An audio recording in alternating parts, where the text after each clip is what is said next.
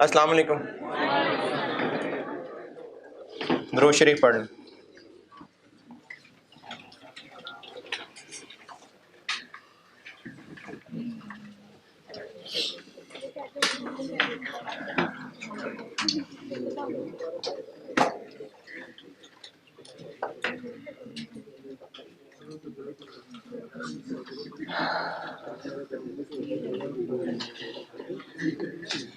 एक दो नोट्स लिख लें, काम आएंगे सवालों में।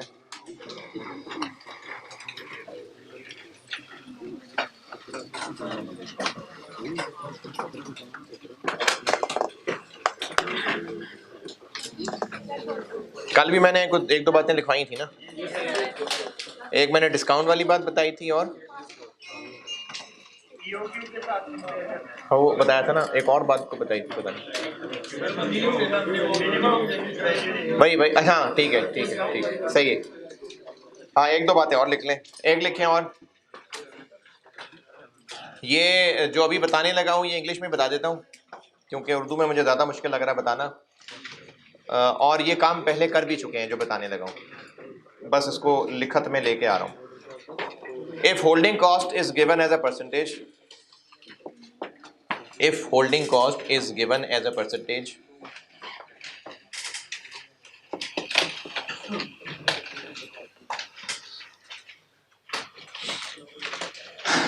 then it is applied to, if holding cost is given as a percentage, जैसे मिसाल के तौर पे इंटरेस्ट गिवन होता है तो उस परसेंटेज को रुपए बनाने के लिए किससे मल्टीप्लाई करते हैं?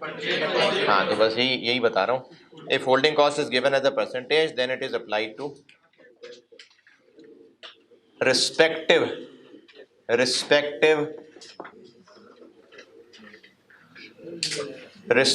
purchase cost of each option, respective purchase cost of each option,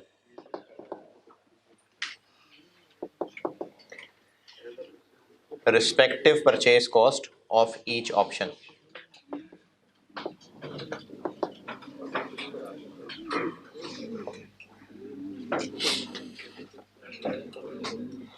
और एक और बात ये लिख लें,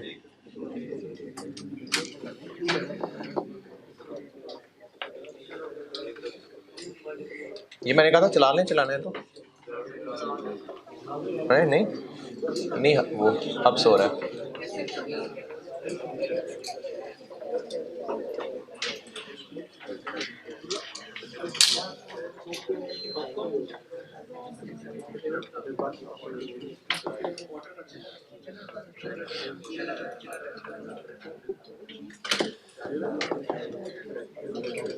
ये भी चला लिया, अच्छा ज़्यादा हो जाएगा वैसे है। नहीं चले ठीक है, जब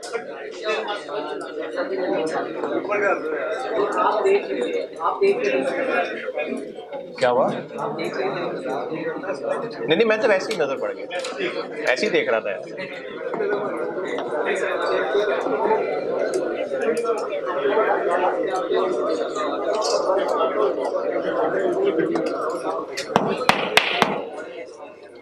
नहीं ये 26 सुनाना करें, ये किसने किया है? ये तो 26 नजर आ रहा है, और नीचे करें, इतना तो बाहर होगा। हाँ बस ठीक है, बंद करना हो तो बंद कर दीजिएगा बाद में, क्योंकि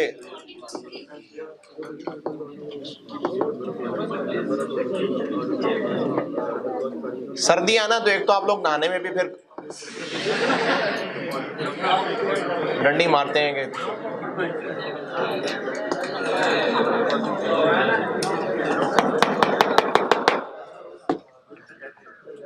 मैंने एक पॉइंट ये लिखवाया है कि अगर होल्डिंग कॉस्ट परसेंटेज में दी हुई है तो हमें इसको रुपया बनाने के लिए परचेज कॉस्ट से मल्टीप्लाई करना पड़ेगा, और ऐसा हो सकता है कि डिफरेंट ऑप्शंस में परचेज कॉस्ट डिफरेंट हो, तो फिर हर एक के लिए होल्डिंग कॉस्ट भी डिफरेंट निकल रही होगी। तो वही बात लिखवाई है अंग्रेजी में, पहले भी ये काम कर चुके।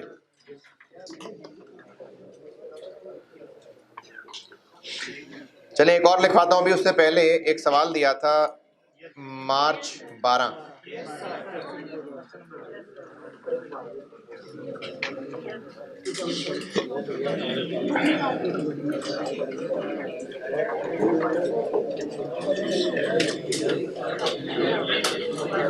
इसमें करना ये था कि सप्लायर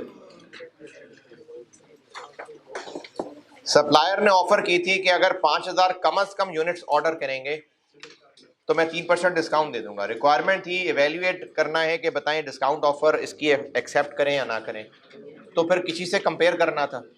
तो अगर आपको नई एग्जिस्टिंग बताया तो फिर ईओक्यू से कंपेयर कर लेंगे।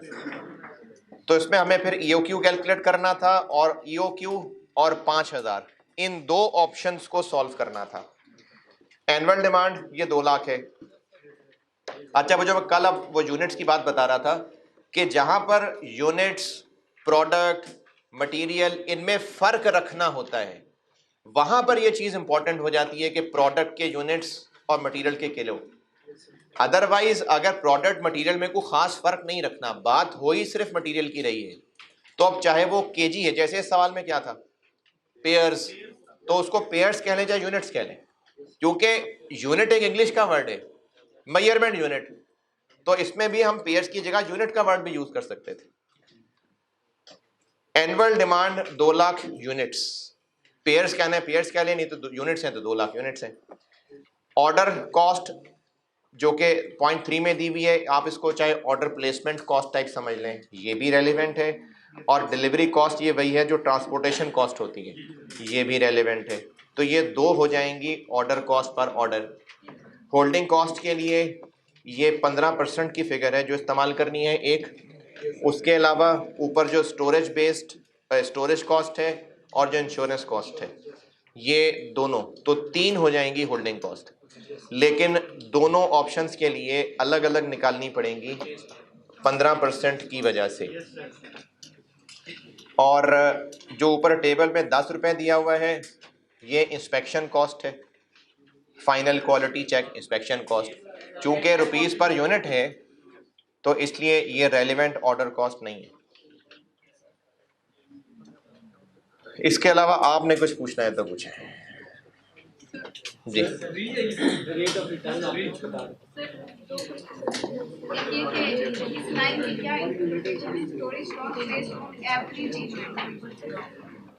Storage cost based on average inventory की इंटरप्रिटेशन क्या है?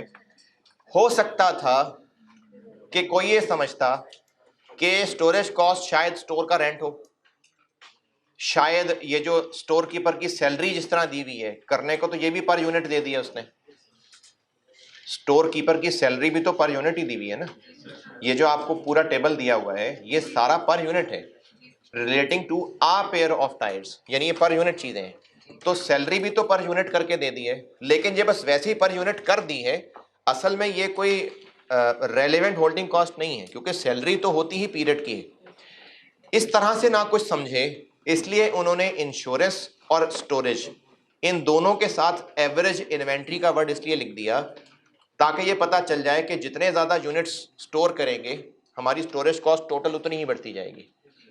जितनी ज़्यादा एवरेज इन्वेंट्री होगी उतनी ही फिर ये ज़्यादा खर्चा आया करेगा। जितनी ज़्यादा एवरेज इन्वेंट्री पड़ी हुआ करेगी हमें उतनी ही ज़्यादा इंश्योरेंस करानी पड़ा करेगी। तो ये स्टूडेंट की हेल्प करने के लिए लिख दिया उसने, ताकि स्टूडेंट इसको बेफिक्र होकर रेलिवेंट होल्डिंग कॉस्ट मान ले। हाँ जी,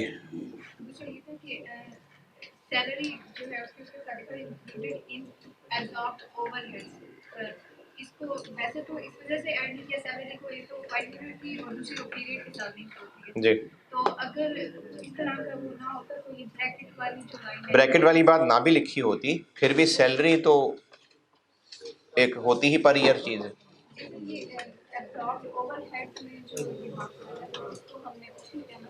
ये 8 रुपए उस नीचे वाले 100 में शामिल है, नहीं 100 में नहीं शामिल है, ये वैसे फिक्स्ड OAR का हिस्सा है वो कह रहे हैं, तो होता रहे।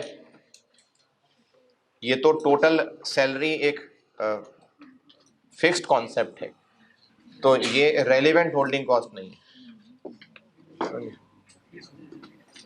और इधर को सवाल था। हाँ जी, ये पॉइंट नंबर 5 में लिखा और rate of return on investment in inventory 50%। Sir ये सर उसने वो कैसे बताया और क्या कि हमने लोन लेके इन्वेंट्री लिया तो क्या फर्क पड़ता है?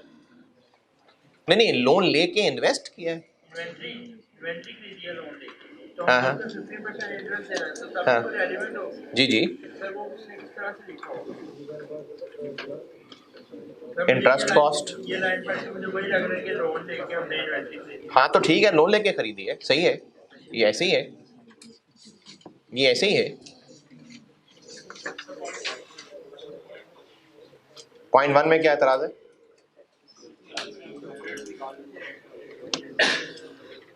ऊपर जो 1000 रुपए दिया हुआ है उसमें 100 रुपए ओवरहेड्स के नाम पे शामिल किए हुए हैं, तो हमने तो सिर्फ परचेज प्राइस लेनी है, हमने बाकी सारे खर्चे तो नहीं ऐड करके लेने होते, हमने तो बस परचेज वैल्यू लेनी होती है। इस चैप्टर के सवालों में परचेज कॉस्ट में आपको सिर्फ इनवॉइस वैल्यू बताई थी, तो हमें सिर्फ वही चाहिए, इसलिए जो 100 शामिल किया हुआ है वो निकाल दिया। स्प्रिंग 12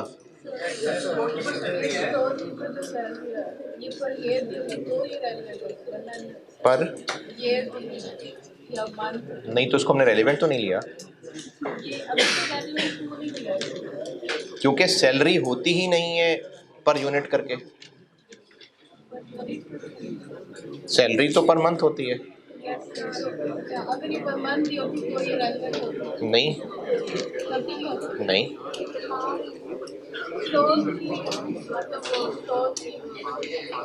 थोड़े थोड़े करके मंगवाएं, ज्यादा ज्यादा करके मंगवाएं, इसकी सैलरी पे क्या फर्क पड़ेगा? Total salary for the year पे क्या फर्क पड़ेगा? नहीं पड़ेगा ना, तो रेलिवेंट नहीं है। हाँ जी,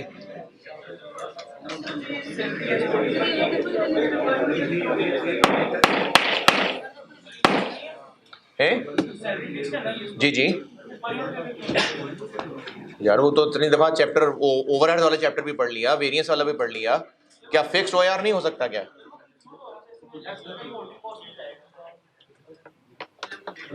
ये जो स्टोर कीपर की सैलरी है, सैलरी कोई पर यूनिट चीज होती है?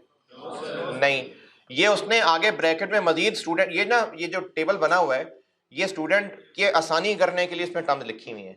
Included in absorbed overheads, absorption, overhead absorption, OAR, तो उसने ये ओएआर का हिस्सा तो बना दिया है, लेकिन क्या सैलरी पर यूनिट करके चीज होती है? अब उसको बेशक जबरदस्ती पर यूनिट बना के लिख दिया, लेकिन असल में तो वो कोई पर यूनिट चीज नहीं है। रेलेवेंट कॉस्ट का क्या तरीका, क्या पहचान बताइए इस टॉपिक में? क्या आप टोटल फॉर द पीरियड निकाल के देखिए, जो चेंज हो रही है वो रेलेवेंट है, जो मर्जी ऑप्शन हो सेम रहे वो इररेलेवेंट है। सैलरी फॉर द ईयर, थोड़ा थोड़ा करके ऑर्डर करें, ज्यादा ज्यादा करके ऑर्डर करें, सैलरी फॉर द ईयर पे क्या फर्क पड़ेगा? तो इसलिए ये इररेलेवेंट है। अच्छा, रेलेवेंट इररेलेवेंट पहचानने में आपको एक और टिप बताता हूं। अगर आपको एक टिप तो ये बताई थी कि ऑर्डर कॉस्ट पर ऑर्डर दी हो तो वो रेलेवेंट है। होल्डिंग कॉस्ट की एक बिल्कुल परफेक्ट टिप नहीं है, परफेक्ट, लेकिन काफी हद तक चल जाती है कि होल्डिंग कॉस्ट पर यूनिट करके दी हो तो वो रेलेवेंट होल्डिंग कॉस्ट होती है, लेकिन ये परफेक्ट नहीं है, लेकिन काफी हद तक बेहतर टिप है। दोबारा, ऑर्डर कॉस्ट रेलिवेंट पहचानने की क्या, ऑर्डर कॉस्ट अगर पर ऑर्डर करके दी हुई है तो रेलिवेंट है, पर यूनिट करके दी हुई है तो रेलिवेंट नहीं है। होल्डिंग कॉस्ट की पहचान बता रहा हूं कि आपको ये पर यूनिट करके दी होगी। होल्डिंग कॉस्ट जो पर यूनिट है, मोस्टली वो एक रेलिवेंट चीज है, मोस्टली।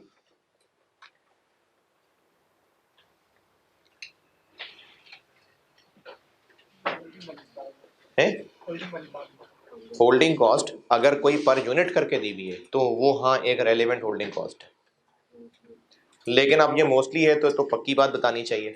तो मैं पक्के के लिए ना एक और टिप बता रहा हूँ, वो इतनी आसान शायद नहीं लगे आपको, लेकिन वो टिप बहुत जबरदस्त है। अगर आप उसको समझ जाएं तो वो मुझे तो एक बहुत पक्की टिप लगती है। आप जिस आइटम पे भी कंफ्यूज हैं कि ये रेलेवेंट है या नहीं है, आप उसका टोटल फॉर द ईयर सोचें। जैसे स्टोर का रेंट है, स्टोर का rent 20,000 per month. Total rent कैसे निकालेंगे? 20,000 इंटू 12। ठीक है, ठीक। अच्छा, ऑर्डर प्लेसमेंट कॉस्ट 2,000 पर ऑर्डर है। टोटल फॉर द ईयर कैसे निकालेंगे? 2,000 को नंबर ऑफ ऑर्डर से मल्टीप्लाई कर लेंगे। ठीक है, और वेयर हाउसिंग कॉस्ट 20 रुपये पर यूनिट है। टोटल तक कैसे पहुंचे? 20 into average inventory. Average inventory को मजीद तोड़ना हो तो OQ/2 कर लें, वरना चलें एवरेज इन्वेंट्री भी कर सकते हैं। इस पर कोई एतराज तकलीफ?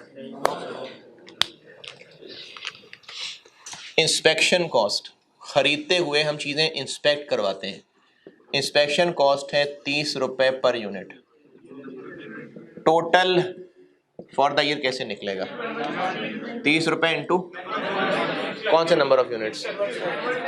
सारे खरीद, एनुअल डिमांड। अच्छा, और इंश्योरेंस कर लें, चले ट्रांजिट इंश्योरेंस, चले insurance, transit insurance. Transit insurance है ₹10 पर यूनिट। टोटल कैसे निकलेगा? 10 इंटू एनुअल डिमांड। चलिए, ट्रांसपोर्टेशन 800 पर ऑर्डर। टोटल कैसे निकलेगा? 800 इंटू नंबर ऑफ ऑर्डर्स। चलिए, और कोई कंफ्यूजन वाली बात? चले खैर, इस टिप तो इससे भी समझ जाएंगे। अगर नंबर ऑफ ऑर्डर्स को भी तोड़ना चाहूँ तो नंबर ऑफ ऑर्डर्स कैसे निकालते हैं? Annual demand over. चलिए, ये तोड़ना चाहें तो OQ/2, और अगर प्लस सेफ्टी स्टॉक है तो वो भी। इसको तोड़ना चाहें तो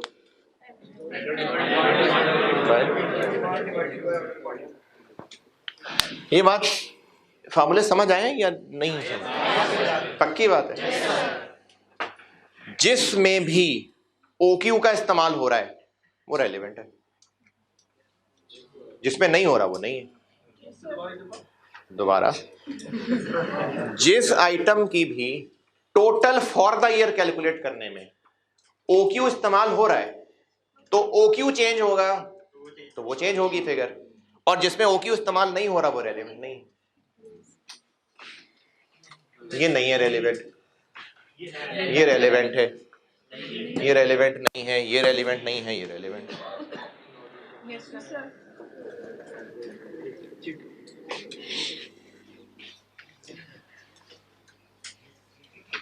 मर्जी है, लिख लें, अगर समझ आती बात लिख लें,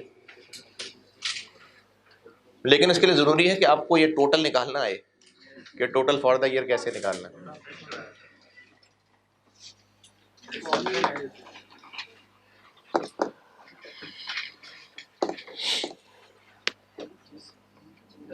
जी, क्वेश्चन में storage cost of average inventory period, तो मुझे ऐसा लग रहा है कि 18 पीस एवरेज इन्वेंट्री को रखने की cost based on average inventory का। नहीं, एवरेज इन्वेंट्री सिर्फ इसलिए लिंक किया हुआ है कि एवरेज इन्वेंट्री से ये लिंक्ड है। एवरेज इन्वेंट्री कम होगी तो टोटल स्टोरेज खर्चा भी कम आएगा, एवरेज इन्वेंट्री ज़्यादा होती जाएगी टोटल स्टोरेज खर्चा भी ज़्यादा होता जाएगा। ये सिर्फ उसका लिंक बताने के लिए कहा हुआ है।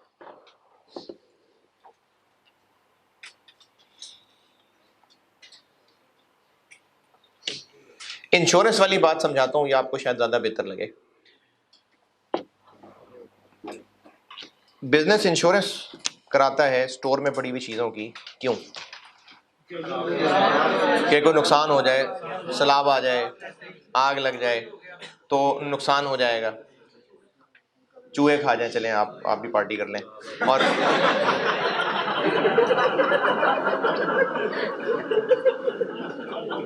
तो ये जो आग लगने का नुकसान या सैलाब से खराब होने का नुकसान, अच्छा इंश्योरेंस कंपनी वालों को ना इसके पैसे दे रहे होंगे। इंश्योरेंस कंपनी वाले कितने पैसे लेंगे ये किस बात पे डिपेंड करता है? वैल्यू पे। जितनी ज्यादा वैल्यू की चीज उनसे इंश्योर करा रहे हैं वो उतने पैसे लेंगे। अगर आग लग गई स्टोर में तो रोज तो नहीं लग रही होगी, कभी कोई इक्का दुक्का वाकया होगा। तो अगर स्टोर में आग लगी तो कितनी चीजें जाया होंगी? जितनी पड़ी। तो अगर हम साल में बेशक करोड़ों अरबों की चीजें स्टोर में लाते ले जाते हैं, लेकिन एक वक्त में बस लाख रुपए की चीजें पड़ी होती हैं, तो हम बस लाख रुपए ही की इंश्योरेंस कराएंगे। अगर बहुत ज्यादा चीजें एक वक्त में स्टोर में पड़ी होती हैं तो हम ज्यादा की इंश्योरेंस करा रहे होंगे, क्योंकि जो चीजें मौजूद होती हैं उनकी इंश्योरेंस करानी। तो ज्यादा चीजें मौजूद हुआ करेंगी तो ज्यादा इंश्योरेंस करानी पड़ा करेगी। तो एक रेलिवेंट होल्डिंग कॉस्ट हुई ना, तो ये उस सेंस में ये सेंटेंस लिखा हुआ है कि insurance cost based on average inventory.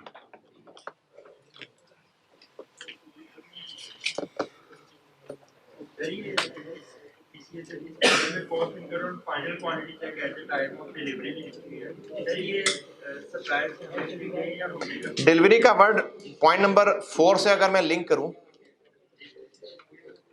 तो ये पॉइंट नंबर 4 कौन सी डिलीवरी कॉस्ट, जो हम बेच रहे होते हैं वो या जो खरीद रहे होते हैं वो? तो इसी के लिए वर्ड ऊपर वाला इस्तेमाल कर लें कि जब हम खरीद के लाने लगते हैं तो उस वक्त इंस्पेक्शन करते हैं।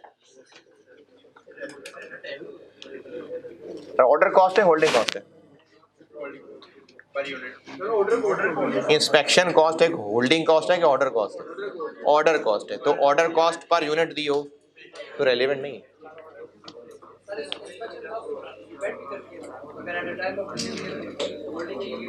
नहीं, अगर बेचते हुए है तो वो तो सेलिंग एक्सपेंस है ना। हाँ देखें, बिजनेस की नेचर पे डिपेंड करता है। अगर ऐसी भी कोई इंस्पेक्शन होती हो तो उसके साथ जो पैसे तय हो रहे हैं वो देखना पड़ेगा किस बात के पैसे तय हो रहे हैं। अगर उनकी कोई पर मंथ सैलरी वगैरह जा रही है तो वो इररेलेवेंट है, लेकिन अगर पड़ी हुई चीजों की इंस्पेक्शन करते रहना है तो फिर ये होल्डिंग कॉस्ट हो रही होगी। लेकिन वो बता रहे हैं ना किस टाइम पे इंस्पेक्शन, तो इसलिए ये ऑर्डर कॉस्ट है और इररेलेवेंट। ये लिख लिया। लेकिन इसको लिख के क्या करेंगे? ठीक है जी, स्प्रिंग 10 डन। एक और टिप बताता हूं, टिप नहीं मतलब एक और नोट बता रहा हूं। मैंने अभी तक ये वर्ड्स अवॉइड किए हुए थे, अब बताने लगा हूं आपको। है तो किसका इंतजार कर रहे थे यार?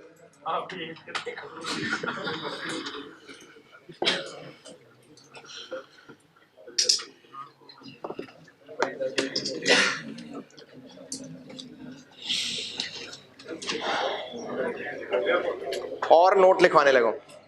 ये रेलिवेंट इररेलेवेंट की टिप बता दी, अब वैसे और चैप्टर के नोट्स लिखवा रहा हूं। जैसे अभी 2 बातें लिखवाई थी, एक और लिखवा रहा हूं। एक लिखवाई थी, एक लिखवाई थी, कल 2 लिखवाई थी।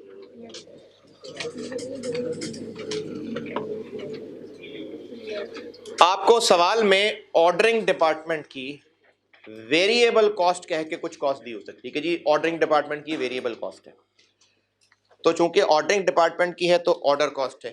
रेलेवेंट लेंगे उसको क्या नहीं लेंगे?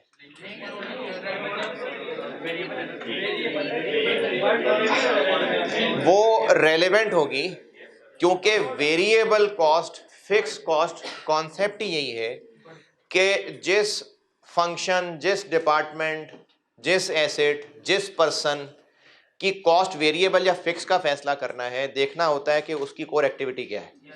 जो खर्चा उस कोर एक्टिविटी से लिंक्ड है, कोर एक्टिविटी होगी तो खर्चा होगा, कोर एक्टिविटी ज्यादा होगी तो ज्यादा खर्चा होगा, तो वो वेरिएबल होती है। ऑर्डरिंग डिपार्टमेंट की कोर एक्टिविटी क्या है? ऑर्डर प्लेस करना। तो ऑर्डरिंग डिपार्टमेंट की वेरिएबल कॉस्ट वो ऑर्डर प्लेस करने ही की कॉस्ट होंगी। तो आपको अगर ऑर्डरिंग डिपार्टमेंट की वेरिएबल कॉस्ट कह के कोई लाइन लिखी है तो वो एक रेलेवेंट ऑर्डर कॉस्ट है, वो सवाल के मुताबिक ही देखना पड़ेगा, यानी जनरली वो एक रेलेवेंट है।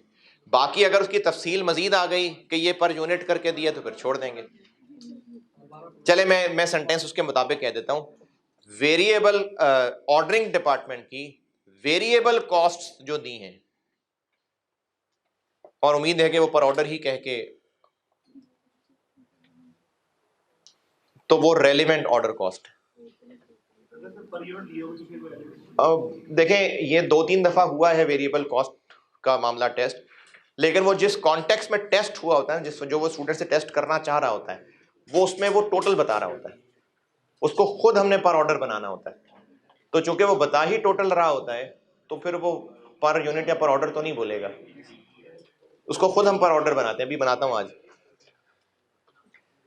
ऑर्डरिंग डिपार्टमेंट की वेरिएबल कॉस्ट जो दी होगी वो एक रेलेवेंट ऑर्डर कॉस्ट है।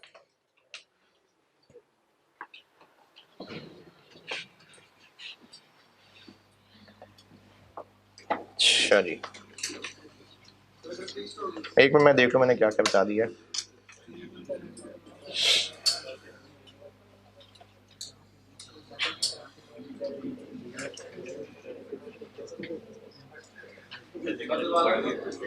है जी,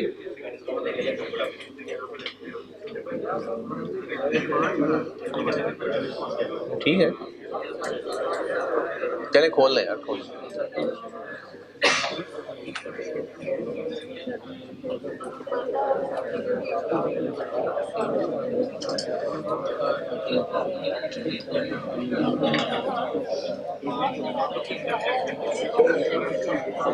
ठीक है,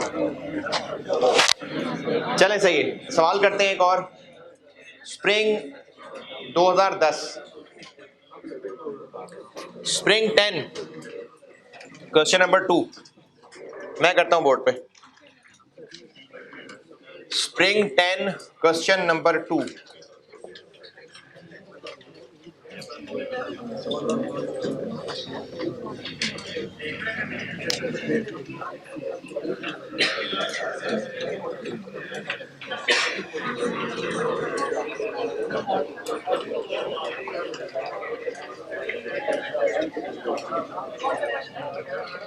स्प्रिंग 2010 क्वेश्चन नंबर 2।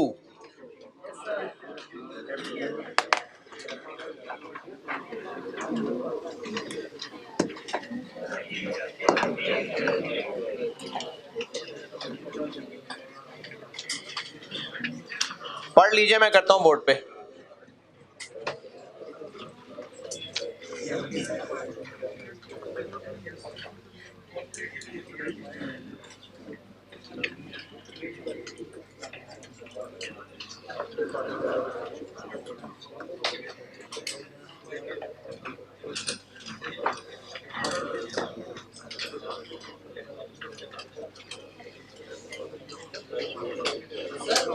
जी,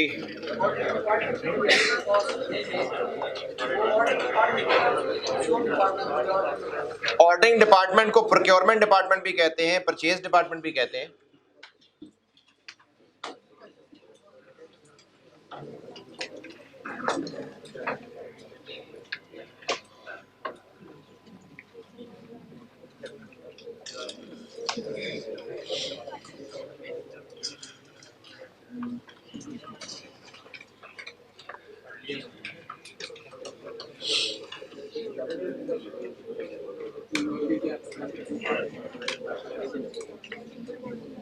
यार स्पोर्ट्स का क्या हुआ, कौन जीता?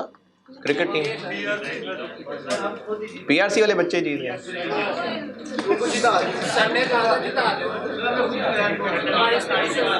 आप लोग फाइनल में थे?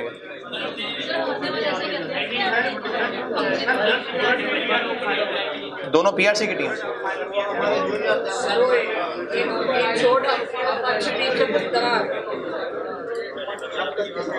वो असल में पीआरसी के ना, वो तो भाई पता नहीं सीए के काबिल हैं भी कि नहीं है।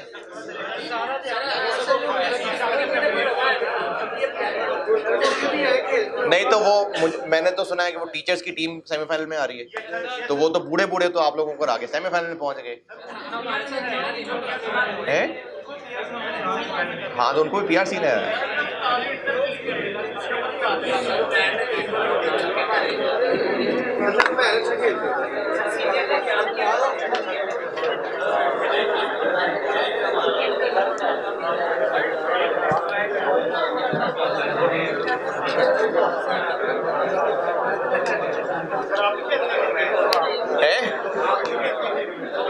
यार क्रिकेट कौन नहीं खेलता?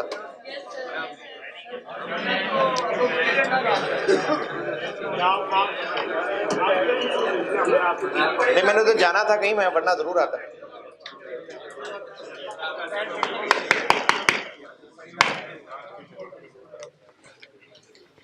बल्कि मैं लेफ्ट हैंडेड राइट हैंडेड दोनों बैटिंग, दोनों एक जैसी, दोनों में पहली बॉल पे आउट हो जाता।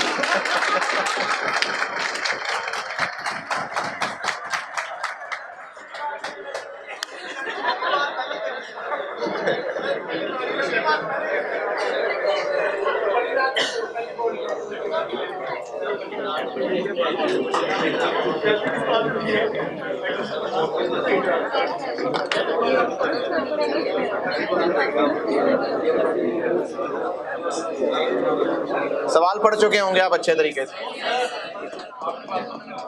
मैंने बातों में लगा दिए। पढ़ ले।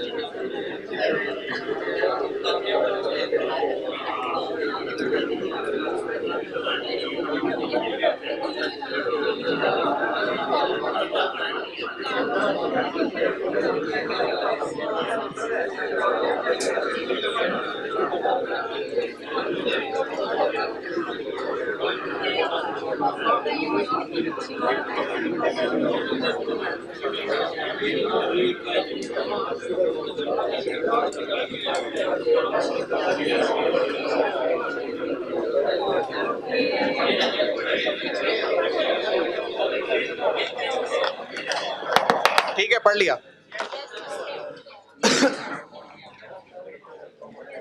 ये सवाल एक प्रोडक्ट के कॉन्टेक्स्ट में है, कार्ल्टन। एमडीएल कार्ल्टन खरीद के बेचता है, और ये सारी डिस्कशन अब कार्ल्टन के कॉन्टेक्स्ट में ही होने लगी है, the related information. Point number 4, अभी इस वक्त एमडीएल क्या ओक्यू फॉलो करता है? 6500। और रिक्वायर्ड ये है कि अगर वो लोग ईओक्यू पे चले जाएं तो फिर क्या फायदा होगा? तो कैसे करेंगे सवाल? ईओक्यू फाइंड करके, तो अब दो ऑप्शंस बन गई, एक 6500 और एक ईओक्यू, और दोनों के ऊपर टोटल कॉस्ट निकालेंगे और दोनों का जो डिफरेंस होगा वो सेविंग। ये अप्रोच है सवाल की।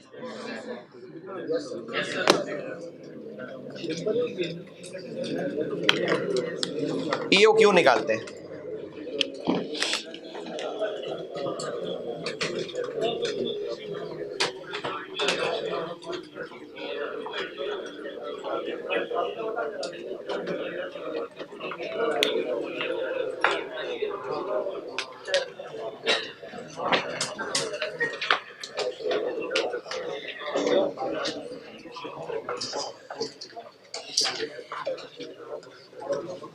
एक छोटा सा रिकैप सुन लें। हम लोग इस चैप्टर में पढ़ रहे हैं पहले वो डिसीजन जिसमें ओक्यू डिसाइड करना है। ओक्यू डिसीजन से क्या मुराद है? ओक्यू डिसीजन से मुराद ये है कि हमने साल में टोटल कितने यूनिट्स मंगवाने हैं ये फैसला हो चुका।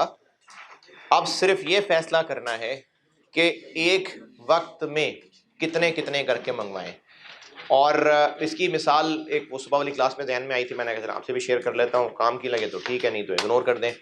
अगर एक शादी वाला घर है, वहां से शादी वाला घर है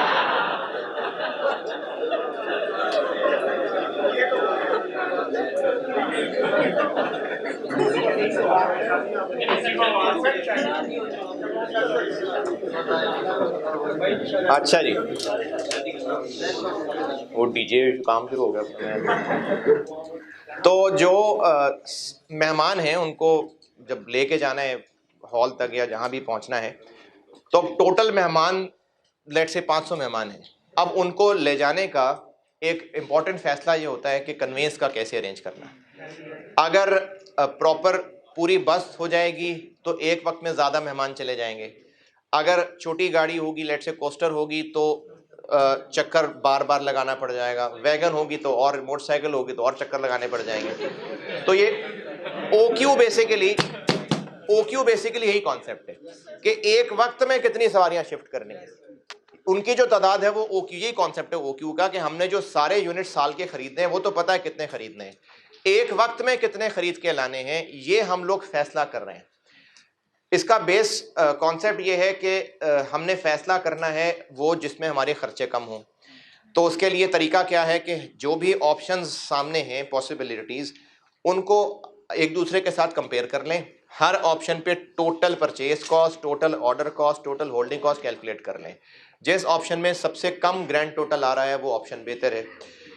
लेकिन इसमें थोड़ा मुश्किल काम ये होता है कि ऑप्शंस सोचनी पड़ेंगी। स्टूडेंट को तो गिवन होंगी वैसे, तो उसके लिए बड़े बूढ़ों ने क्या किया कि एक फार्मूला बना दिया ईओक्यू का कि अगर ये चीजें पूरी हो रही हो तो ऐसा करो, ये फार्मूला यूज करो और बेफिक्र होके ईओक्यू लगाओ, जो आंसर आए उसी को अपनी पॉलिसी बना लो, कंपैरिजन के चक्कर में ना पड़ो।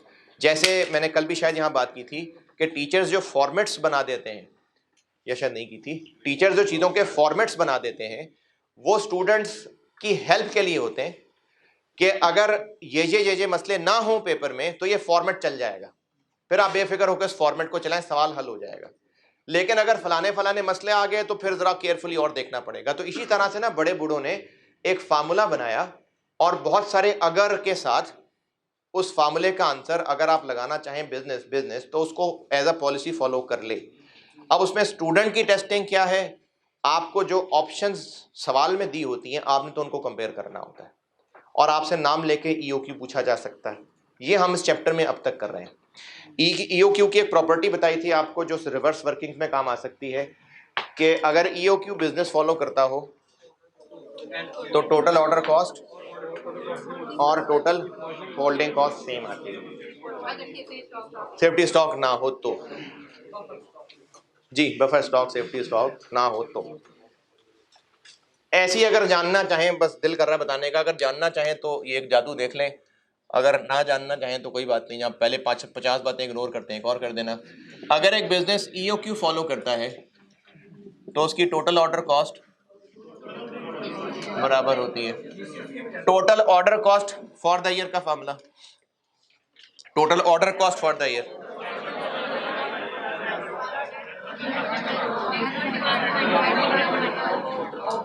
टोटल होल्डिंग कॉस्ट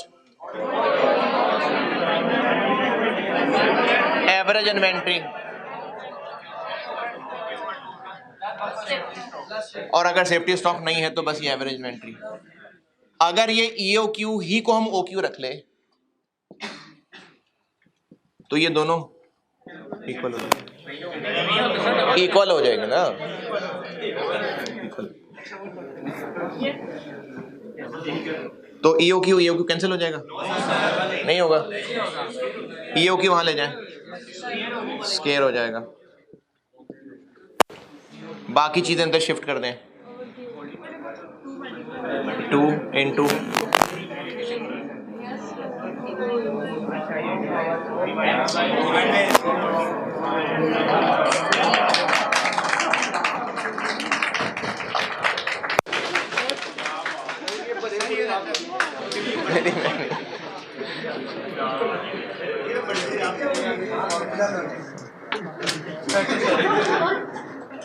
नहीं नहीं अभी पुराना हो गया।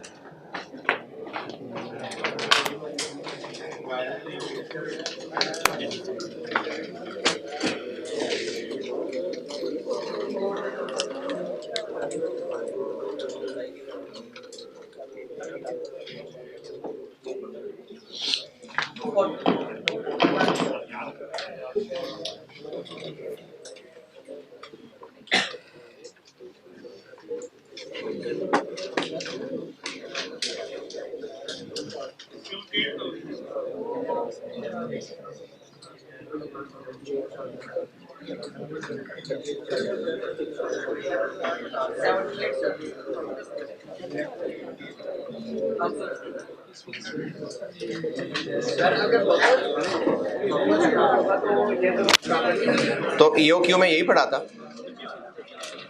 कि अगर सेफ्टी स्टॉक ना हो तो ये बराबर होते हैं।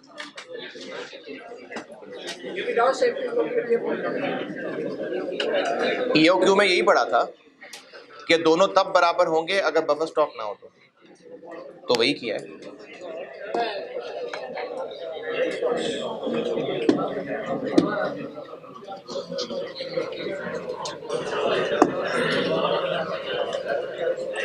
चले ये सवाल, एनुअल डिमांड 240,000 एक जज्बाती आंसर है।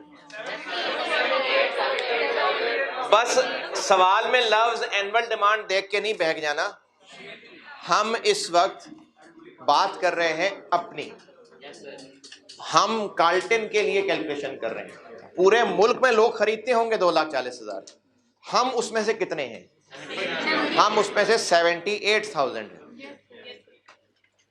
तो इसलिए 2,40,000 नहीं ले लेना, 2,40,000 का 32.5%,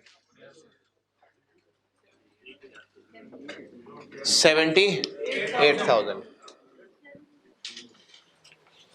क्यों ऐसा क्यों कर रहे हैं?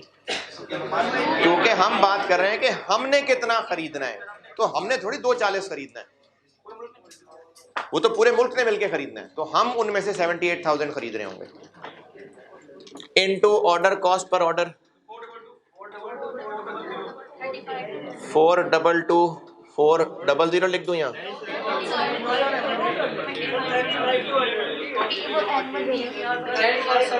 ठीक है, शाबाश। ये पर ऑर्डर है क्या?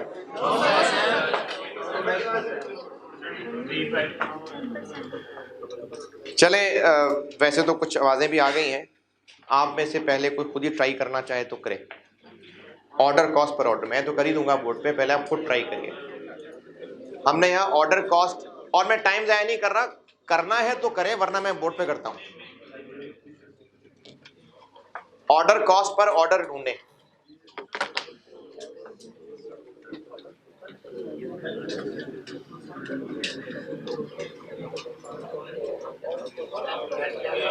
हाँ, एक हिंट बता दूं, ये जो पॉइंट 1 से लेके 6 तक सारी डिस्कशन हो रही है, एक्सपेक्टेशन है अगले साल की। तो जो हम अभी किया करते हैं ये उसी के मुताबिक एक्सपेक्टेशन है। अभी हम क्या करते हैं, अभी OQ क्या है हमारा, तो बस ये सारी एस्टिमेशन उसी को सामने रख के की गई हुई है। वो तो रिक्वायरमेंट में आके कह रहा है कि अगर हम EOQ पे चले जाएं तो क्या होगा। अभी जो सारा डाटा है, सारी एस्टिमेशन है, वो हमारे एग्जिस्टिंग हालात के मुताबिक है। 65 क्या?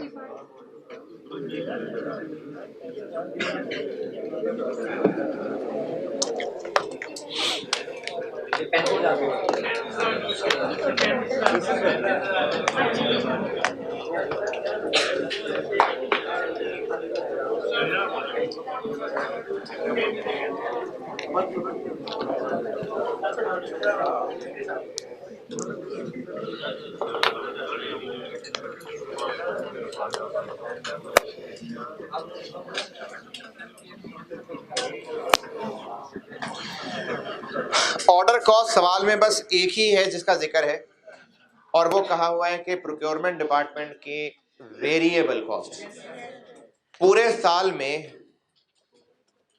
अच्छा, हम सवाल आने वाले साल का कर रहे होते हैं।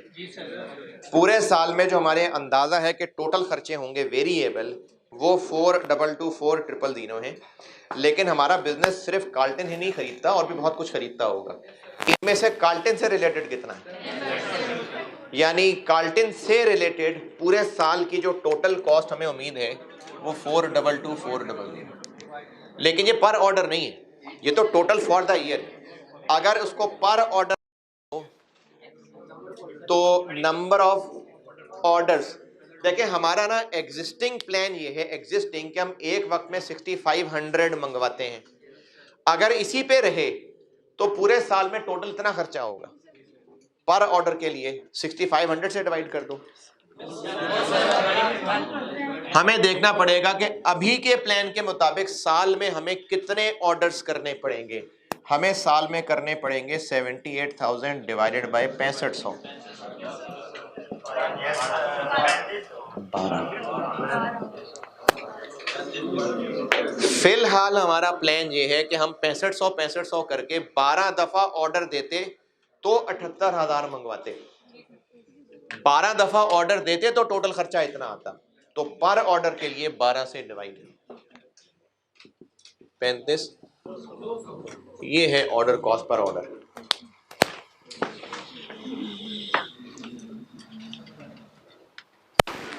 नहीं समझ आई? चलें, जिनको नहीं समझ आई दोबारा कोशिश करते हैं।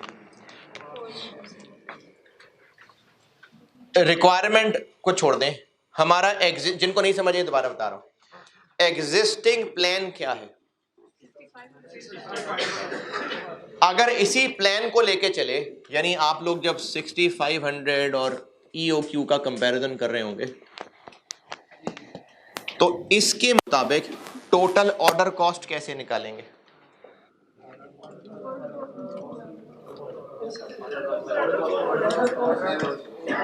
Into annual demand over OQ। अभी फिलहाल हम 6500 करते हैं और 78,000 एनुअल डिमांड है, तो हमें उम्मीद है कि हमारा खर्चा इतना होगा। तो अभी हमारी पर ऑर्डर कॉस्ट ही आती है, पर ऑर्डर कॉस्ट ही निकालनी थी, तो इसको यहाँ शिफ्ट कर देंगे तो पर ऑर्डर कॉस्ट है जी। जी मैंने इसमें ये भी किया कि टोटल जो परचेज डिपार्टमेंट है उसमें टोटल ओवरहेड जो है वेरिएबल वो 4400 है, जिसमें से परचेजेस का जो खर्चा है वो 10% है। तो बाकी किसका? सारे वेरिएबल है, और जो कि परचेजेस को हम सेपरेट लेते हैं। नहीं, ऑर्डरिंग डिपार्टमेंट के खर्चे हैं ये, इनमें कॉस्ट ऑफ परचेजेस नहीं है शामिल है। और ये कोई कॉस्ट ऑफ परचेजेस थोड़ी है, ये तो transportation cost, order placement cost, ये तो वो हैं, परचेजेस तो नहीं है ये। 10% इसलिए कहा हुआ है कि बिजनेस सिर्फ कार्ल्टन नहीं खरीदता होगा ना, कोई फर्नीचर खरीदता होगा, कोई गाड़ियां खरीदता होगा, कोई और प्रोडक्ट खरीदता होगा।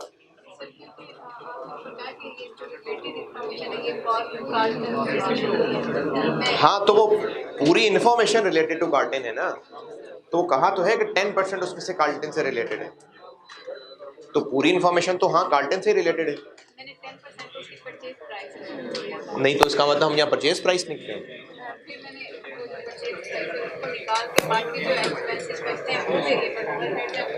अच्छा, लेकिन नहीं ऐसे तो नहीं है, तो सवाल पूछ रहा है। Order cost per order 35200, holding cost एक ही गिवन है सवाल में, point number 5। Carrying cost holding cost को ही कहते हैं, कैरिंग कॉस्ट होल्डिंग कॉस्ट का ही एक नाम है। कैरिंग कॉस्ट 1% दी हुई है।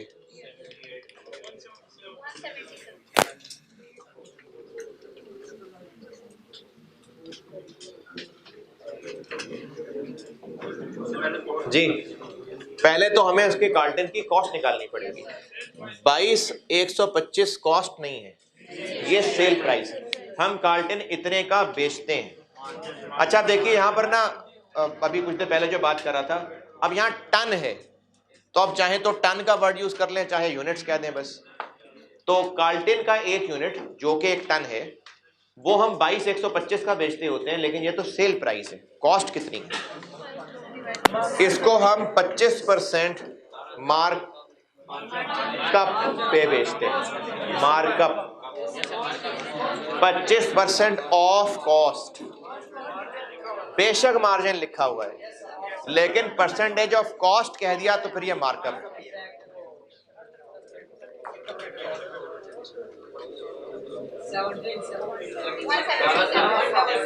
बल्कि खैर है, ये ले, वो बीच में वैल्यू क्या निकालनी है बस, ठीक है। 177 ये हो गई ऑर्डर कॉस्ट पर ऑर्डर, ये हो गई होल्डिंग कॉस्ट पर यूनिट।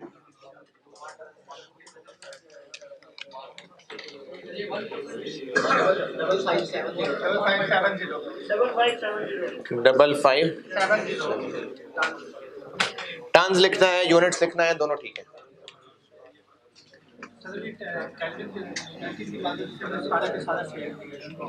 क्या नहीं, ये कार्टन की बात हो रही है, टोटल नहीं समझा मैं।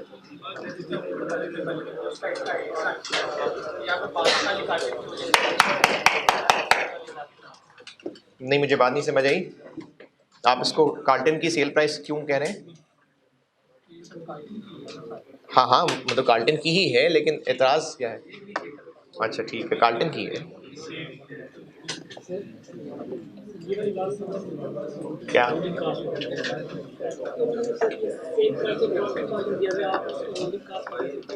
होल्डिंग कॉस्ट के बारे में अभी अभी क्लास के शुरू में एक नोट लिखवाया था कि अगर होल्डिंग कॉस्ट परसेंटेज की शक्ल में दी है तो वो परसेंटेज हम परचेज कॉस्ट पे लगाते हैं। तो 1% परचेज कॉस्ट पे लगाएंगे ना, तो हम कार्टन खरीदते कितने का है? ये तो है जो बेचते हैं, खरीदते कितने का है, तो वो 25% मार्कअप से निकलेगा। अब ये जो नॉर्मल इतने दिन से सवाल कर रहे हैं, अब ये वो नॉर्मल सवाल बन गया। हम दो ऑप्शंस पे टोटल कॉस्ट निकालेंगे, एक 6500 पे और एक 5570 पे।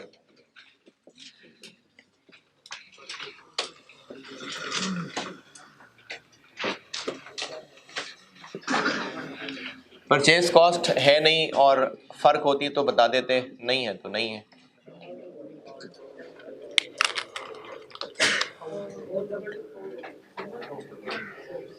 वन नहीं 35200 into annual demand over open.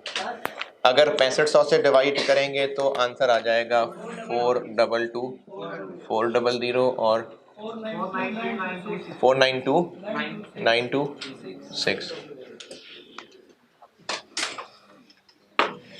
जी जी,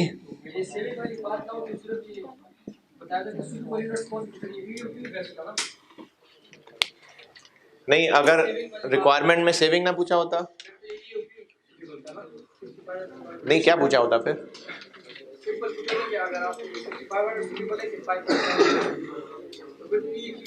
हाँ, तो वो इस तरह पूछता नहीं ना, क्योंकि फिर तो ईओक्यू का आंसर ही निकल आता, फिर वो इस तरह पूछ ना रहा होता। ये सवाल उसने कंपैरिजन की शक्ल में ही बनाना था। अब या तो वो इस तरह करके पूछ ले कि सेविंग्स बता दे, या वैसे कह के इन ऑप्शन में से बताएं कौन सी बेहतर है, तो उसने सवाल शक्ल ही ये बनानी थी। अदरवाइज वो वैसे ही बस कहता कंप्यूट ईओक्यू।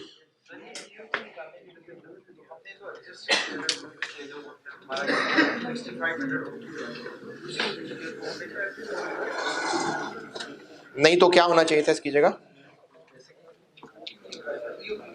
हाँ,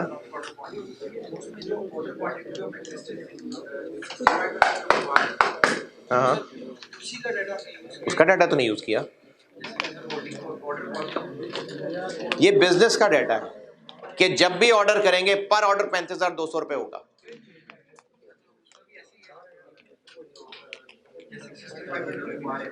अच्छा, ये बाकी लोग भी सुनिए, काम का सवाल है, बल्कि हो सकता है काम का ना भी हो, लेकिन अच्छी बात है। ये जो ईओक्यू निकाल रहे हैं, हमने इसमें 6500 यूनिट्स वाला डाटा यूज किया है, ऐसी बात है कोई? हमने पर ऑर्डर यूज किया है, 6500 वाला तो नहीं यूज किया। अब रही बात कि वो 6500 से तो निकाला है, तो वो एक पहेली बनाई थी कि आपको उन्होंने पर ऑर्डर नहीं बताया। जैसे अगर मिसाल के तौर पे पूछूं मैं कि ऊपर जो फोटोकॉपियर है वो एक फोटोकॉपी के कितने लेता है, तो नहीं, अब एक स्टूडेंट बताया कि जी मैं ना अभी असल में FAR1 के नोट्स लेके आया हूं, तो 10 पेजेस थे, तो उसने मुझसे 20 रुपए लिए हैं। अब उसकी इस स्टेटमेंट से हम पर कॉपी रेट निकाल सकते हैं ना, तो ये कोई FAR1 वाला रेट होगा नहीं, फोटोकॉपियर का रेट है। तो हमें पर ऑर्डर डाटा देना था, उसने नहीं दिया, उसने कार्ल्टन का डाटा दे दिया, उसको यूज करके पर ऑर्डर निकाली है, तो पर ऑर्डर ना।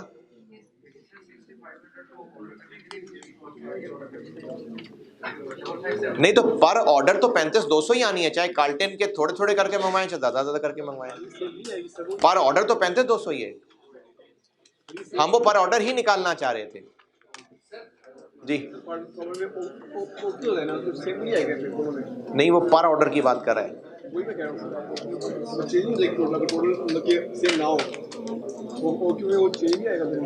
सेम क्यों ना हो, तो फिर आप किसको किससे डिवाइड करने की बात कर रहे हैं? क्या बेटा, क्या चीज चेंज हो जाएगी, किसकी चेंज की बात, कैसे, किस फार्मूले में, बताओ तो सही ना, जो जो उसमें लगाना चाह रहे हो, किसको किससे डिवाइड करना चाह रहे हो आप? 4,22,400 को 6500 की बजाय 5570 से डिवाइड करने का कह रहे हैं, तो 4,22,400 को नहीं ना करेंगे, वो तो 6500 की टोटल थी, उसको थोड़ी 5570 से डिवाइड करके पर ऑर्डर निकलेगी। टोटल होल्डिंग कॉस्ट 177 इंटू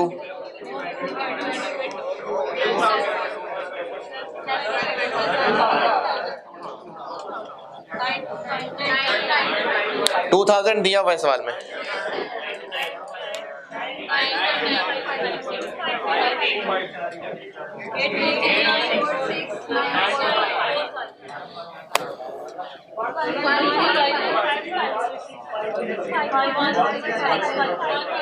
चलो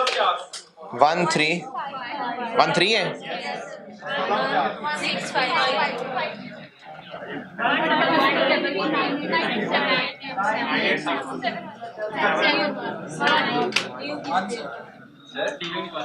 EOQ हाँ बेहतर तो है, लेकिन सवाल की रिक्वायरमेंट क्या थी?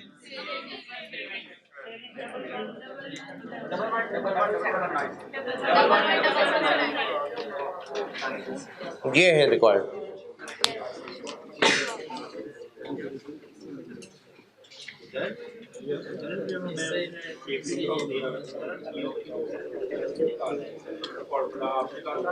अगर वापस का होगा ये ना हो तब नहीं प्रॉब्लम। मैंने कब कहा था ऐसा?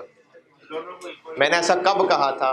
दोनों इक्वल होंगे तो तब यही फॉर्मूला आएगा। मैंने सिर्फ ये है, जिसने ये फार्मूला इजाद किया था वो इस बुनियाद पे इजाद किया था, अब हो गया फार्मूला इजाद। फार्मूला इजाद ऐसे ही होगा। कौन सी? Total holding cost ignoring safety stock, जितना आंसर आएगा वही टोटल ऑर्डर कॉस्ट के बराबर होता है। फिर ये दोनों इक्वल आते। अच्छा, मैंने आपको ये नहीं कहा कि जो EOQ की अजम्पशंस थी वो सवाल में ना नजर आ रही हो तो EOQ ना लगाना, ऐसी कोई बात नहीं कि EOQ का फार्मूला है, करना है इस्तेमाल, यहां भी इस्तेमाल किया EOQ का फार्मूला। ये भी नहीं कहा था कि सेफ्टी स्टॉक अगर हुआ तो EOQ नहीं लगेगा, नहीं ऐसी भी कोई बात नहीं। EOQ हुआ है कैलकुलेट, EOQ तो कैलकुलेट हो रहा है। वो सिर्फ बात इतनी थी कि टोटल ऑर्डर कॉस्ट और टोटल होल्डिंग कॉस्ट का आंसर सेम नहीं आएगा, तो ठीक है, नहीं आ रहा सेम।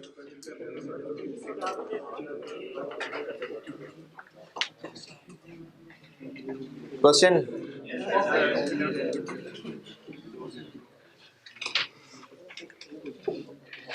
यहां तक इस चैप्टर में जो भी पढ़ा समझ आ गया? चले, बहुत अच्छा है यार। तो सवाल पे डिपेंड करता है, जो कल से पहले सवाल कराए थे उनमें नहीं निकालना था। हाँ, तो हर सवाल में तो नहीं निकालना ना, तो सवाल देखना पड़ेगा। अभी जैसे जैसे एग्जाम क्वेश्चंस कर रहे हैं उनमें पता चल रहा है। चले और नसीहतें लिखें। अब एनुअल डिमांड पे करते हैं बात है। तो लिख लें यार, मैंने कब रोका, लिखें।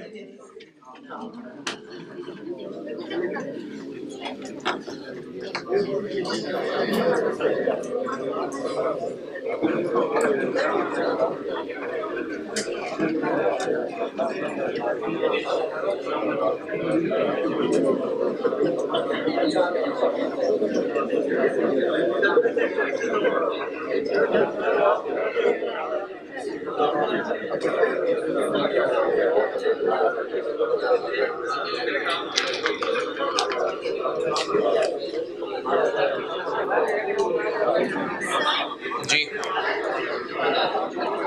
यार ये सारा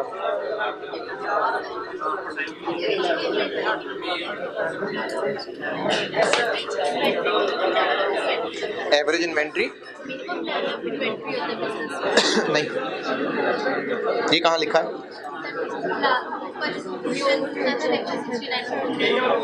नहीं, मिनिमम लेवल कहाँ से होना?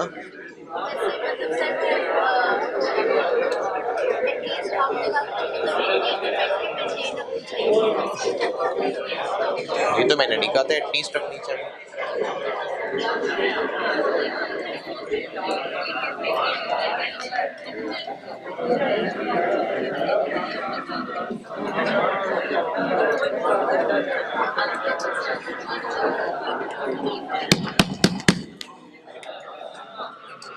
इन फार्मूलों में जो एनुअल डिमांड का इस्तेमाल कर रहे होते हैं उससे क्या मुराद है? एनुअल डिमांड किसे कह रहे हैं हम? एनुअल, हाँ, पूरे साल की टोटल परचेज। परचेज क्यों, सेल्स क्यों नहीं? क्योंकि हमने फैसला ही परचेज का करना है कि एक वक्त में कितने यूनिट्स मंगवाएंगे, तो परचेज की बात हो रही है। चाहे ट्रेडिंग बिजनेस हो चाहे मैन्युफैक्चरिंग बिजनेस हो, हम एनुअल डिमांड टोटल परचेजेस को कह रहे हैं। ट्रेडिंग बिजनेस हो तो गुड्स खरीदते हैं, मैन्युफैक्चरिंग होगा तो रॉ मटेरियल खरीदते होंगे। तो इन फार्मूलों में जहां हम एनुअल डिमांड ले रहे होते हैं उसका मतलब टोटल परचेजेस होता है। अब इसमें आपको मजीद उलझाया जा सकता है सवालों में, बिल्कुल।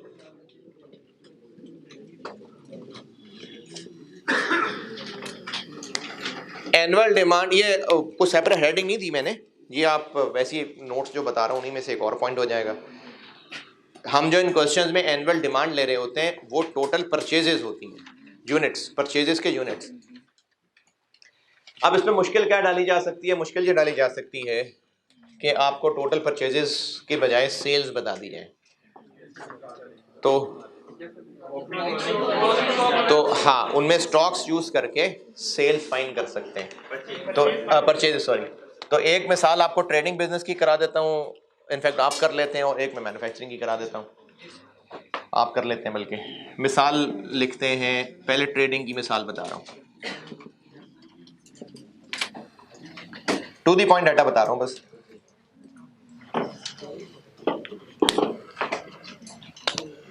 सेल 20,000 यूनिट्स हैं और ओपनिंग स्टॉक 3600 यूनिट्स हैं और क्लोजिंग स्टॉक 5100 यूनिट्स हैं। एनुअल डिमांड कितनी?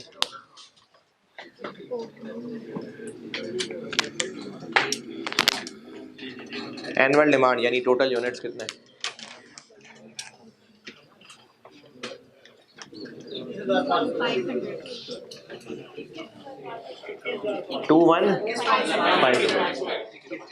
ठीक है, सही है। Opening stock plus purchases minus closing stock is equal to sale. एक और लिखें। अच्छा चलें, ये भी लिखें। है जी, क्या 21,500? अच्छा, आंसर इसका, हाँ जी।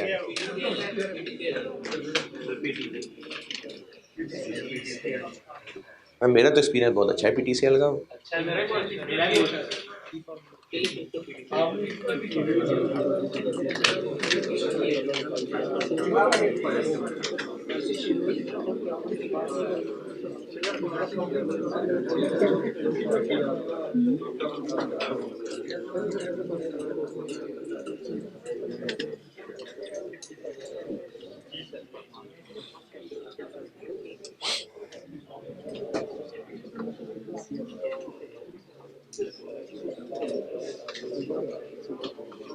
सवाल लिखें और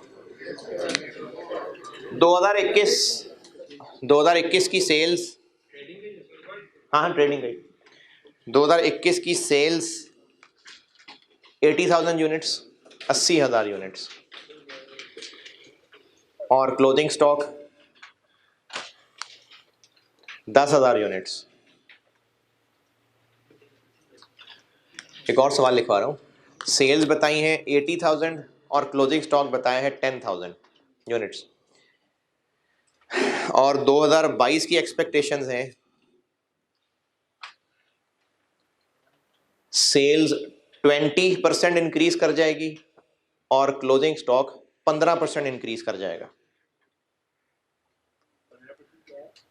सेल्स में 20% इंक्रीज आ जाएगा और क्लोजिंग स्टॉक में 15% इंक्रीज आ जाएगा। 2022 की परचेजेस बताइए।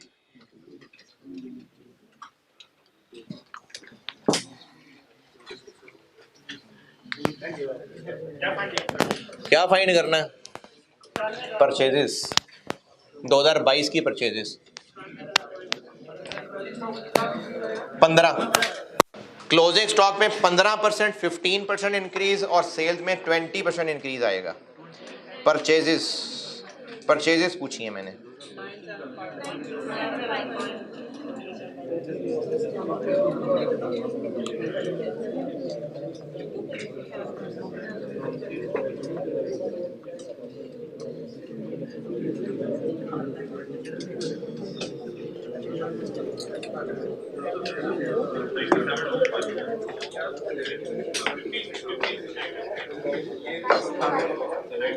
हाँ जी ठीक है, सेल्स होंगी अगले साल 96,000, ओपनिंग स्टॉक होगा, ये तो वही वाला क्लोजिंग जो है वो ओपनिंग बन जाएगा, और क्लोजिंग स्टॉक होगा 15% ज़्यादा 11,500, तो यहाँ से परचेजेस निकल आएंगी 97। चले मैन्युफैक्चरिंग का सवाल देखते हैं।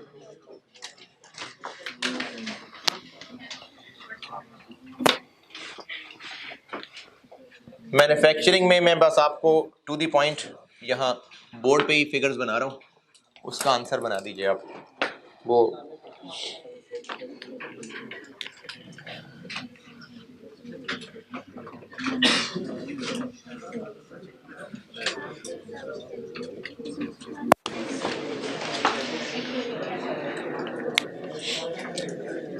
अच्छा, असल सवाल में ही होगा, मैं आपको सिर्फ चूंकि कैलकुलेशंस चेक करना चाह रहा हूं तो मैं टू दी पॉइंट चीजें लिख रहा हूं। फॉर एनी गिवन ईयर का डाटा है ये, पहले मुझे पूरा बना लेने दीजिएगा।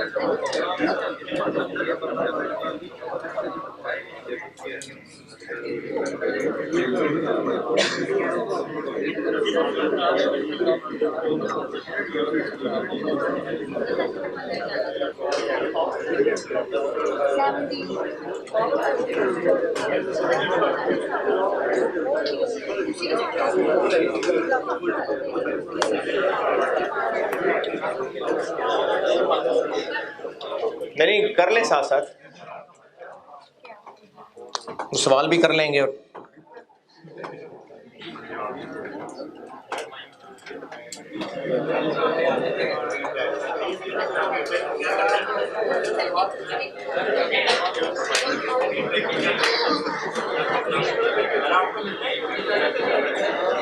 समरी मिलती है, समरी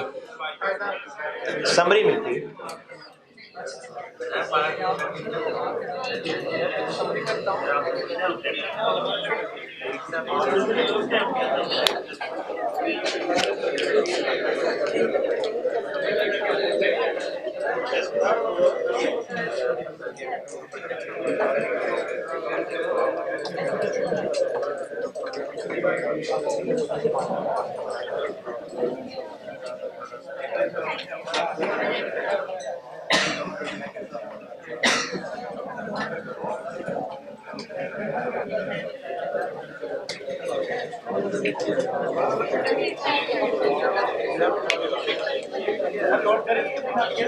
बस थोड़ा सा रह गया।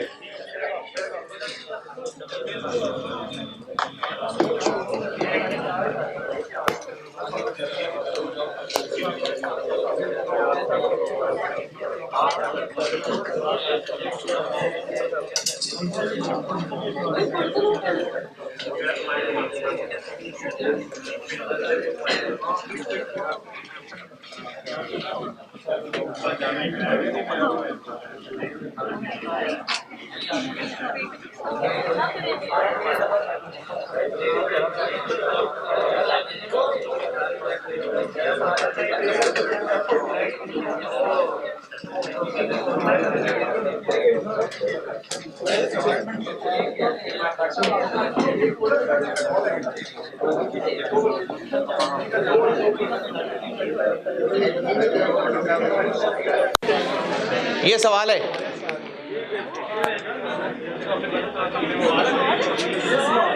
मैंने आपको कहा था पहले मुझे पूरा करने दें।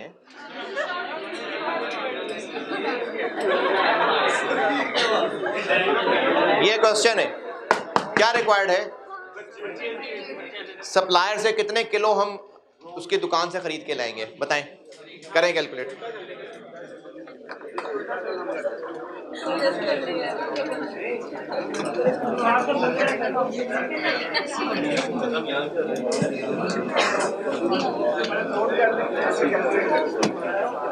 कैलकुलेट कर दें पहले,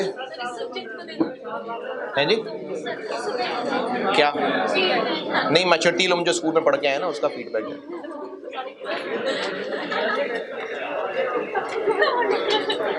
इसी क्लास का ही है ना, और क्या।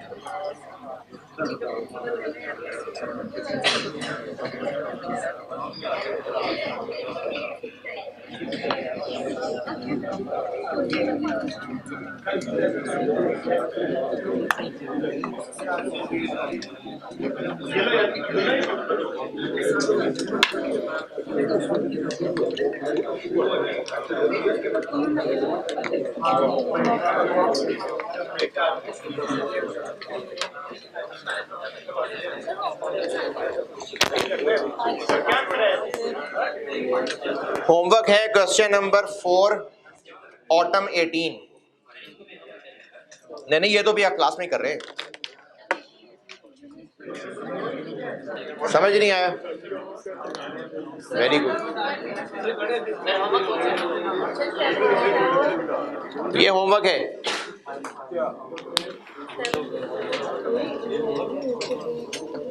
ये होमवर्क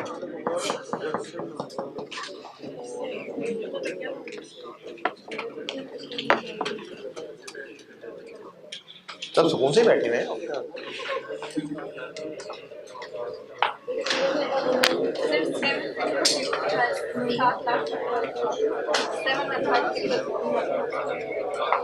दो तीन लोगों ने कर भी लिया होगा।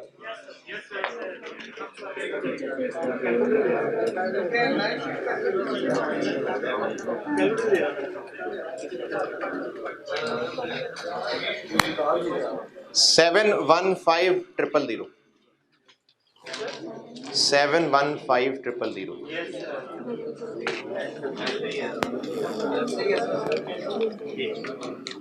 चले तो देखें जिनको नहीं समझ आया।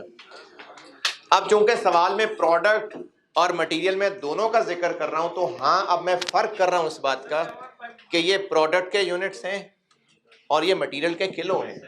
अब हाँ फर्क है। 15,000 opening, 21,000 closing, 54,000 sale. Finish goods कितनी बन के आएंगी? कितनी? 60,000 यूनिट्स। इतने इस साल फिनिश गुड्स यूनिट्स बनेंगे। एक इतना वजन होता है, एक का वजन 9 किलो होता है। ये प्रोडक्ट का वजन है जो 9 किलो रह जाता है। वैसे तो हम वेरिएंस नहीं पढ़ रहे, लेकिन वो पुरानी वाली बात याद दिला रहा हूं।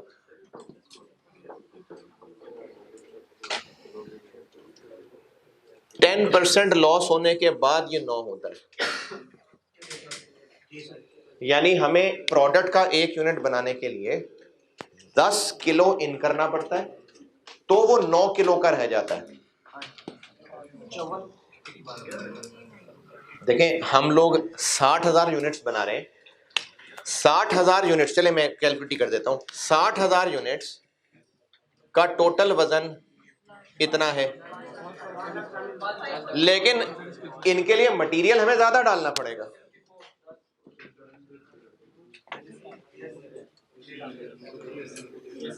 तो इनके लिए कितने किलो मटेरियल डालना पड़ेगा? 6 लाख किलो।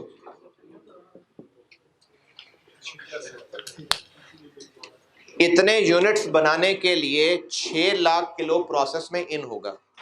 प्रोसेस में इन करने के लिए कहां से आएगा? स्टोर से निकालेंगे। स्टोर से 6 लाख किलो निकाल के वहां प्रोसेस में इन होगा। स्टोर में इन होगा तो इशू होगा ना। तो स्टोर में इतने साल के शुरू में होंगे, इतने एंड पे इतना इशू, तो बाकी कितने किलो? 80% ही है, कितने किलो?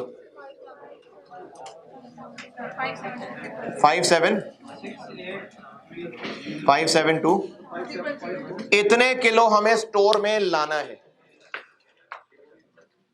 खरीदना नहीं है, लाना है। रास्ते में चोर डाकू उतना ले जाते हैं, तो हम निकलते होंगे लाके इतने, पहुंचने इतने हैं। ये 0.8 है, इससे वापस आएंगे। फार्मूलों में इस्तेमाल करने के लिए ये एनुअल डिमांड होगी। नहीं, ये तो मैंने तरह तरह के उतार चढ़ाव ले आए ना, सवाल में तो इतना कुछ उम्मीद नहीं है होगा। मैंने तो आपको एक पूरा प्रोसीजर बता दिया।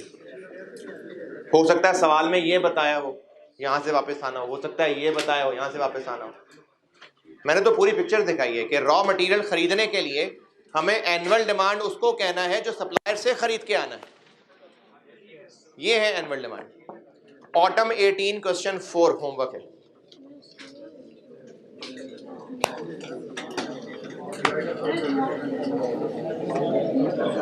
ठीक है, अल्लाह हाफिज।